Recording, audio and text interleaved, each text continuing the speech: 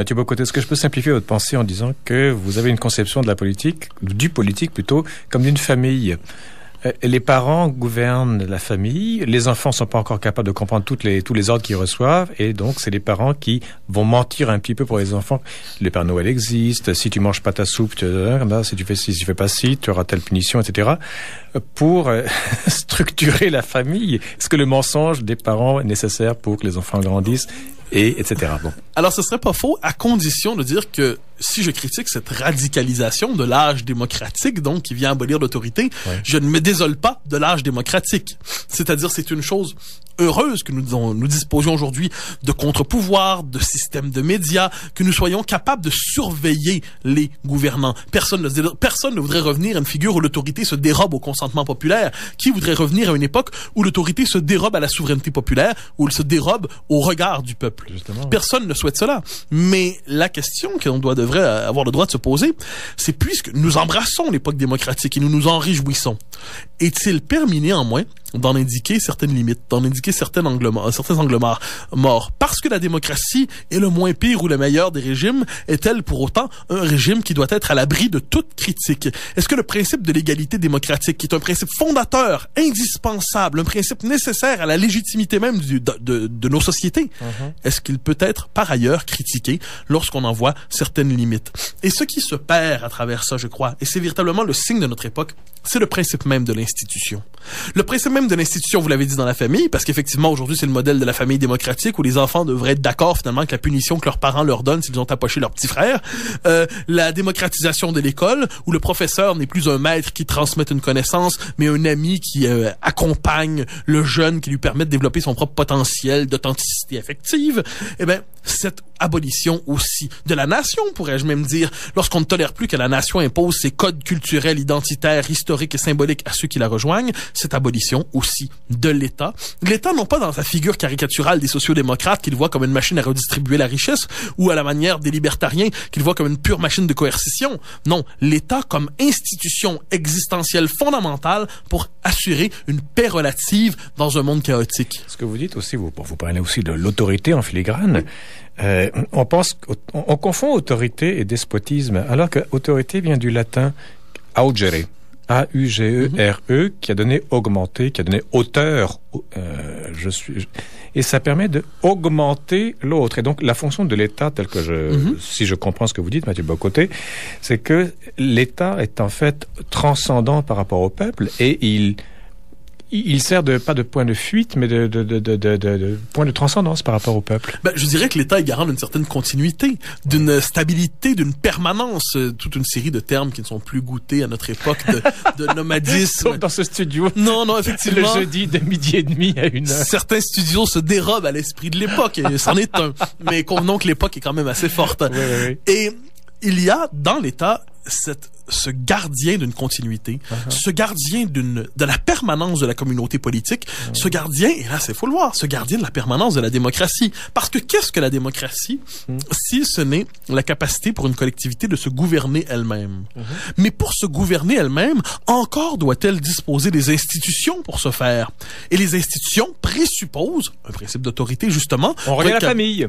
On en revient à la famille. Oui, l'image de la famille, je dirais, on en revient surtout à l'idée d'une communauté qui, dans le cas de l'État, si elle doit être démocratique et égalitaire, j'y reviens, ne peut pas être que démocratique et égalitaire. Et c'est difficile de penser ça aujourd'hui parce que, vous l'avez très bien dit, on pense l'autorité sous le signe du despotisme. On pense l'autorité toujours sous le signe du despotisme, de l'illégitimité. Certains vont même jusqu'à utiliser des termes comme totalitarisme pour penser l'autorité. Et je pense que c'est un défi pour la philosophie politique aujourd'hui, mais pas seulement pour la philosophie politique, je dirais pour les partis, les mouvements, pour la culture démocratique de nos sociétés. Oui. Que d'être capable de réconcilier justement cette culture de l'autorité et cette culture de la démocratie. J'ajoute que Raymond Aron disait magnifiquement dans son plaidoyer pour l'Europe décadente, qu'il publie en 1977, il revient sur les événements de mai 68, il revient... Un penseur libéral. Un penseur libéral conservateur. Libéral, trait d'union conservateur. Donc, un libéral conscient des conditions de possibilité du libéralisme. C'est un homme supérieur de ce point de vue, un homme brillant. Et Raymond Aron dit... ce que nous découvrons à notre époque, c'est que la démocratie avait pris pour acquis l'existence d'une société structurée justement par des rapports d'autorité, de hiérarchie minimale, des rapports de convivialité, des rapports de communauté. La démocratie avait pris pour acquis un substrat éthique, historique, culturel qui lui préexistait.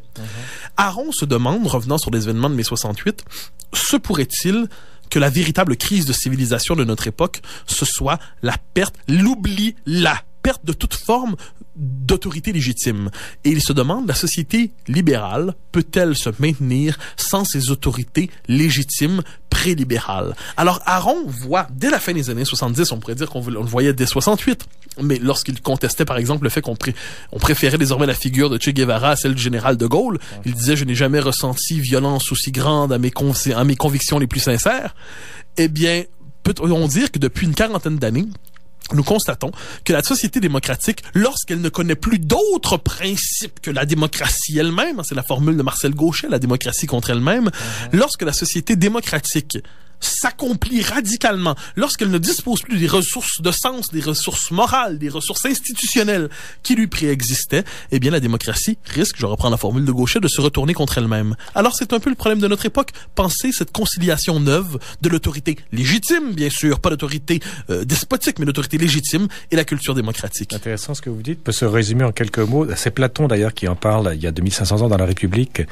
que la démocratie portée à outrance mène vers le totalitarisme, je pense, ou le despotisme. Oui, il y a comme un automatisme dans l'évolution. C'était l'intuition de Platon, mais aujourd'hui, on pourrait le dire comment? C'est le sentiment quelquefois du lynchage. C'est-à-dire comment distinguer le peuple de la foule? Comment distinguer le peuple de la masse? Toute une série de questions qui se posent, mais distinguer le peuple de la foule, c'est une question fondamentale. Et qu'est-ce qui distingue les deux? Ben, je crois que ça nous ramène encore une fois à cette chose qui m'apparaît centrale aujourd'hui dans toute pensée conservatrice, parce que, bon, c'est pas un secret, je confesse une adhésion à une philosophie plutôt conservatrice en matière du politique. Oui, c'est le terme qui ne s'avoue pas. Mais c'est le principe d'institution. C'est l'institution qui permet à la masse de devenir peuple, qui permet à la foule de devenir peuple. Et aux enfants de devenir adultes. Et qui permet ce principe de maturité. L'exercice du jugement est quelque chose que l'on acquiert au contact des normes, de la culture, des institutions. De ce point de vue, on peut plaider que pour notre époque, je crois vraiment que c'est un problème de la pensée politique, cette réhabilitation de ces valeurs pré-libérales en contexte libéral, en contexte démocratique, nous devons les réhabiliter dans ce contexte qui est le nôtre aujourd'hui. Il y a aussi, Mathieu Bocoté, une dernière question, une dernière remarque. L'essor d'Internet, en fait, joue en plein dans cette d'indifférenciation générale. Parce qu'au fond, Internet, c'est quoi? C'est une gigantesque poubelle. Oui, c'est le vide ordure planétaire, selon la formule d'Alain Finkielkraut. Alors, le meilleur, il côtoie le pire. Mais là, pour savoir s'y retrouver, il faut une sacrée éducation, parce que vous tapez Ben Laden, puisqu'on parlait de Ben Laden au début, n'est-ce pas? Il y a des milliers de sites qui parlent de Ben Laden. Alors, comment trier les bons des mauvais? Ça présuppose justement cette maturité. Ça présuppose cette éducation. Ça présuppose, on nous dit quelquefois, Internet fait le travail de l'école aujourd'hui. C'est le contraire. Il faut avoir le contact justement avec les œuvres, la culture, avec ces choses pré-Internet pour être capable d'y naviguer. Sinon, on en vient à confondre un traité de philosophie avec un commentaire de Twitter. On en vient à croire que Twitter, où on fonctionne avec 140 caractères, même pas 140 mots, mais 140 caractères, c'est un espace de délibération démocratique tout à fait sérieux dans lequel nous pouvons évoluer. Et ça, Internet, là-dessus, il y aurait moyen de faire toute une chronique sur ça. C'est-à-dire Internet que l'on présente souvent, et pas complètement à tort, comme un élément de démocratisation dans le bon sens du terme. Ça permet à des courants qui n'avaient pas accès à l'espace public de se manifester. Internet entraîne aussi une dégénérescence du débat public où le commérage revient à la mode. Le commérage s'élève à la dignité de la délibération publique. Donc les gens en général en savent pas mal, mais pas assez. Ben, ça dépend lesquels. Parce que moi, j'ai tendance à me fier là-dessus. Ce serait presque un point final. J'ai tendance à croire, je l'ai souvent dit, au sens commun. C'est-à-dire, évidemment, le peuple ne sait pas tout, mais il sait normalement distinguer une supercherie de ce qui en est pas une. Le peuple ne se laisse pas normalement facilement duper. Oui. Évidemment, ça peut dégénérer quelquefois. Mais il y a un certain bon sens populaire. Voilà une autre notion qui n'est plus acceptée à l'heure où aujourd'hui le bon sens populaire est assimilé à un fatras de préjugés. Alors voilà toute une série de notions, de l'autorité au peuple, à la famille, à la légitimité, à l'État. Toute une série de notions qui aujourd'hui semblent victimes d'une pression de dissolution par cette radicalisation de l'âge démocratique. Peut-être ce sont des notions qu'il faudrait apprendre à réhabiliter, sachant qu'elles sont justement indispensables à l'existence démocratique. Je vous soupçonne, Mathieu, de pérenniser votre job à Radio Ville-Marie parce qu'il y a des milliers de chroniques en germe dans ce que vous dites. On va finir sur une petite dépêche on parlait de l'Union européenne justement et le laboratoire post-nationalisme, etc. Copenhague, donc la capitale du Maroc, du Danemark, a annoncé sa décision de rétablir dans un délai de 2 à 3 semaines des contrôles douaniers à ses frontières avec l'Union européenne. Cette mesure est le fruit d'un accord scellé entre le gouvernement libéral-conservateur et la formation d'extrême droite, le Parti du peuple danois. Tout cela à la suite de la crise des réfugiés tunisiens qui sont entrés en Italie et qui passent par la France. La France a voulu donc ériger les frontières également, donc les Danois ont emboîté le pas. Nul doute que d'autres pays vont sans doute suivre la tendance, mais on va suivre ça de très près. Voilà. Merci donc Mathieu Bocoté. Merci à vous.